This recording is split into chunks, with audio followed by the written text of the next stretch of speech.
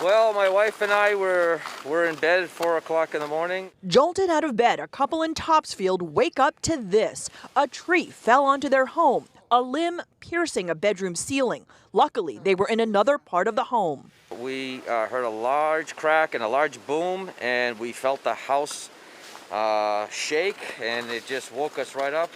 And we found a big tree in our roof.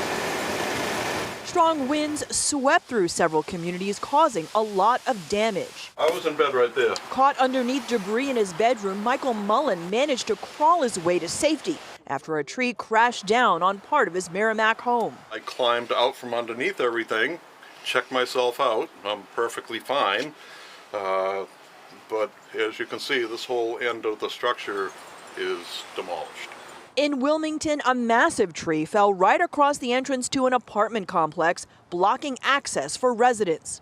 This pile of bricks in Gloucester was once a chimney blown off its base from the top of a business building. It was pretty good. It was really blowing hard. Ray Yakubauchi is grateful this large branch only damaged the attic. The tree hit the section of house where one of his daughters was sleeping. So we all slept in the other bedroom in the other end of the house because I was worried about more trees coming down.